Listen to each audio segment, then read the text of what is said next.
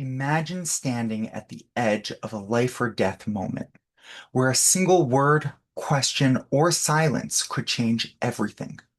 This is the reality clinicians face when responding to suicidality and homicidality. Today, we will look at how crisis intervention has become a lifeline in these critical moments. We'll explore prevention and intervention strategies, trauma assessments and reporting, and evidence-based treatment. At its very core, I will be highlighting how artificial intelligence, machine learning, and natural language processes are transforming suicide prevention and crisis work today. Suicide is a significant public health concern globally. It was one of the leading causes of death amongst 15 to 29-year-olds worldwide in 2019, and the top three causes of death for young people ages 15 to 24. Wash et al. In 2022 found that school-based programs have been shown measurable impact in reducing suicidal thoughts. In my opinion, it is essential to distinguish between prevention strategies, which aim to reduce immediate risk and save lives, and efforts to address root causes, which aim to address trauma, social inequalities, and systemic stressors. Both are essential. Both work. However, prevention alone may overlook root causes. Addressing only underlying issues without immediate prevention will leave out people who are at risk right now and are unprotected. AI-based prevention is showing strong promise and is still in early development. For example, Kessler et al. 2020 trained machine learning models on administrative data from the Veterans Health Administration system. Using a sample size of 390,000 US veterans. They found they can predict suicide attempts with high accuracy, often outperforming traditional methods used by many clinicians. While precise predictions windows vary across the different studies, AI models can make predictions over several months to a year in advance. Similarly, 7 years ago, Cooper Smith et al. Created an automated model that used deep learning, a type of artificial intelligence in natural language processing, to study social media posts and estimate a person's suicide risk. They tested the model and it showed high enough accuracy to be considered for use in a screening system.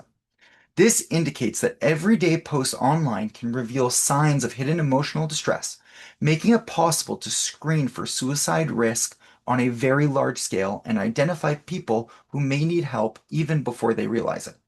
These findings suggest that AI can serve as an early warning system, flagging those most at risk before crisis escalation. In real-world practice, such tools can be integrated in electronic health records, automatically connecting clinicians to people who need proactive reach. It could be embedded in social media platforms to trigger crisis intervention. Imagine if TikTok could analyze all your posts, your watch history, your comments, recognize when you need help, and then connect you to the proper resources, connecting you to a licensed clinician for therapy, connecting you to all the other variety of resources that are available. I understand that there are economic and sociological challenges involved. The fact that it is possible is remarkable. An alternative model might affect an individual already in therapy, where the therapist can use all of these algorithms to review the person's entire online history. This could flag potential concerns or patterns that the clinician and the client may not notice, allowing invaluable insights that could be explored in the middle of a session. I want to be clear that these systems are not a replacement for the clinician, but rather they're the safety net to extend human capacity and to have early warning detection. They create opportunities to address not only the immediate crisis right now, but can help connect us to root causes of suicidality, such as an unresolved trauma, a systemic inequality, or even just social isolation before they have spiraled too far. While this technology is very new, it is actively being used in clinical practice today. For example, clinicians at Vanderbilt University Medical Center are actively using AI systems in some of their clinical work to identify patients at elevated risk of suicide. It scans through their journal entries and flags things that are important. The VA is using this technology in their Reach Vet program. It's a developing area in the field, but it's not a theory and it's not an idea. It has real world application and is used in select healthcare systems. In some local regions, Facebook has run an AI suicide prevention feature. These are just a couple examples of the real world using these tools and this research to save lives.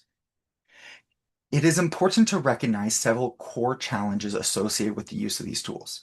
First, while detailed clinician notes significantly improve the tool's effectiveness, there are substantial ethical concerns linked to how specific healthcare systems are structured.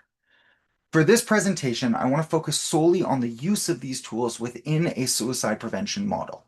I will not be addressing broader economic issues related to American insurance companies or the environmental impact of using such technologies. Additionally, the conversation around understanding a suicide prevention model differs from the discussion of integrating it at a local or national level. I'm also ignoring the ethical issues related to privacy. Each one of these details could have been its own independent presentation, but we're going to explore the issue as it is overall.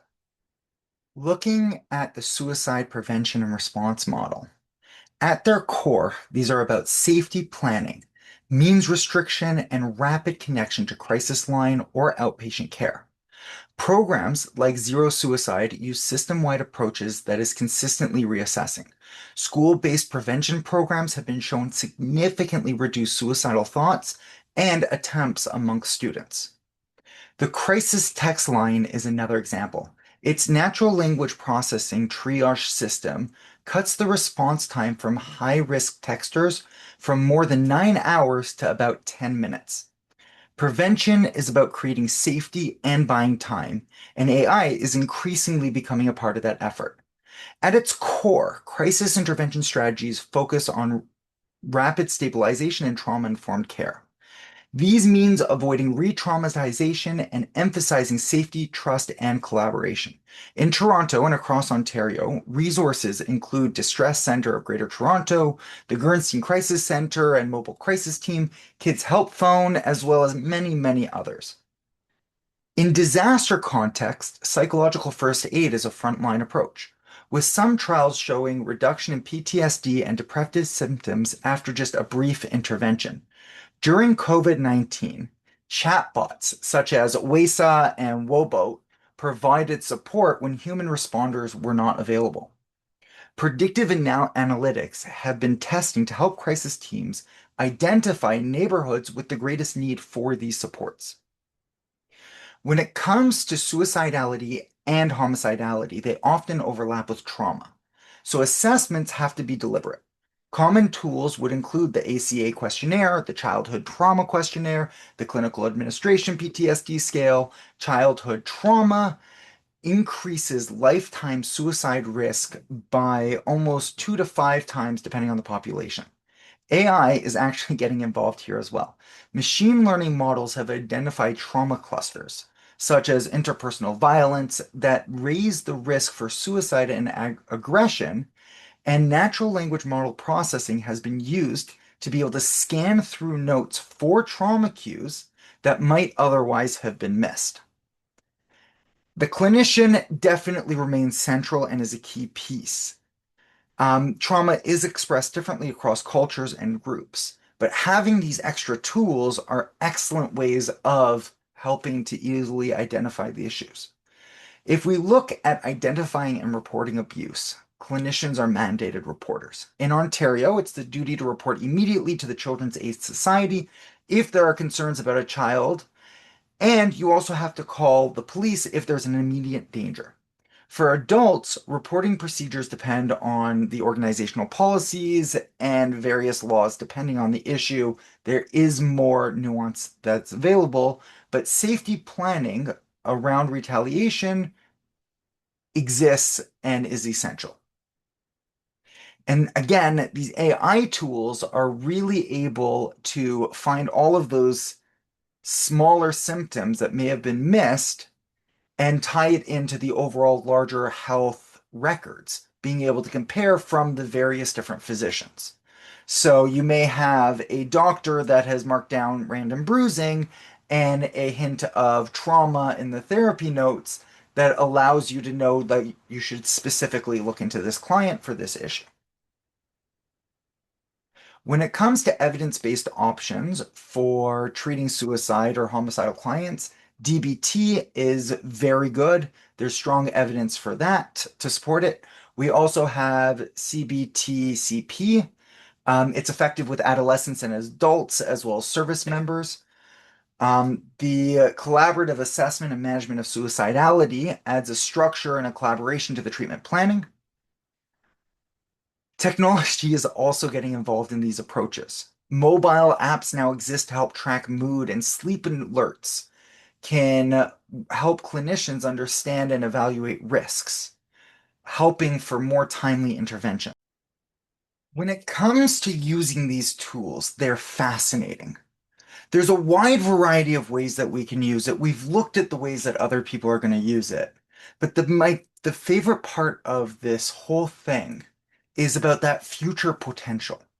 If we look at the development of AI and all of these wide variety of tools, they're growing on an exponential level, which is fascinating. Right now, for us to be able to hold a LLM style model on a home-based system is very reasonable. If we were to look just 5 years ago, there's no world in which any one of us would have had a computer that could reasonably handle any of these models locally. When it comes to working with our clients, part of the issue is concerned with their data, right? If we're using these tools and then we're connecting them to a wider, larger network, we have to get we are going to worry about the risk of people stealing that data, of people using that data in ways that are maybe unhealthy.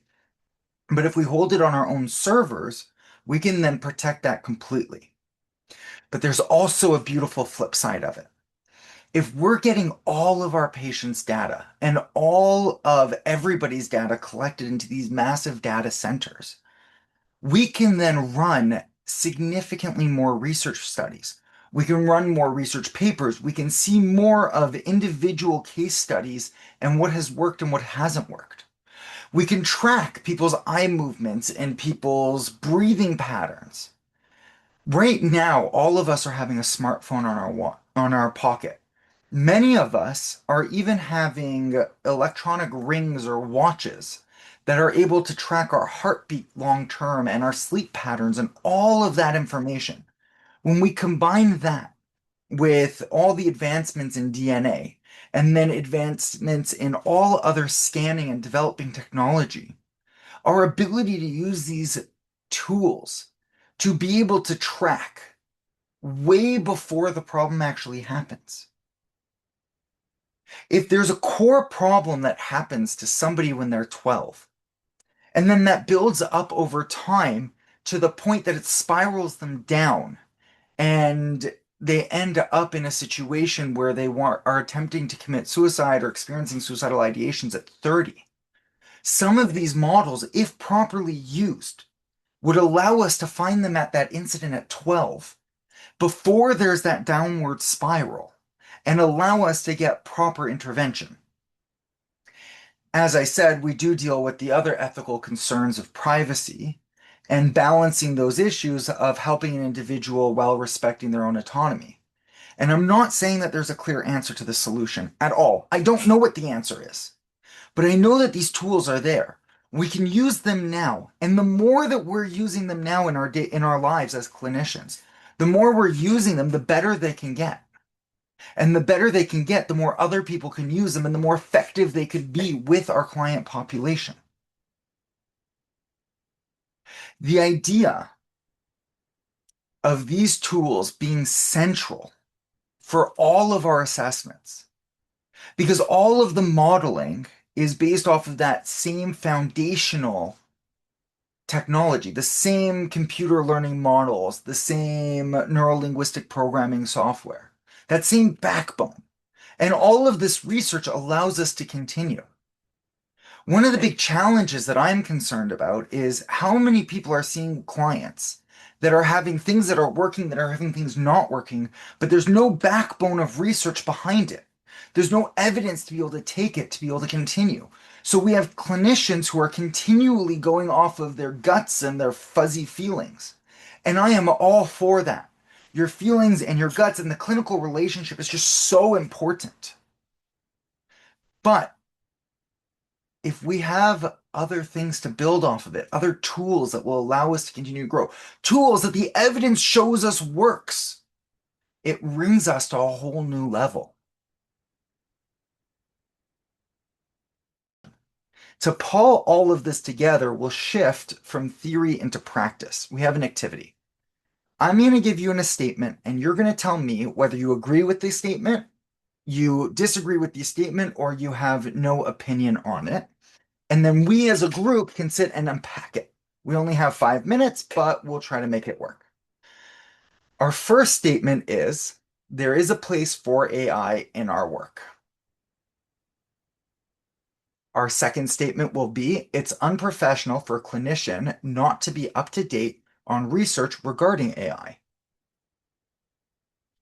The third statement is I know how to implement AI tools into my practice effectively and safely.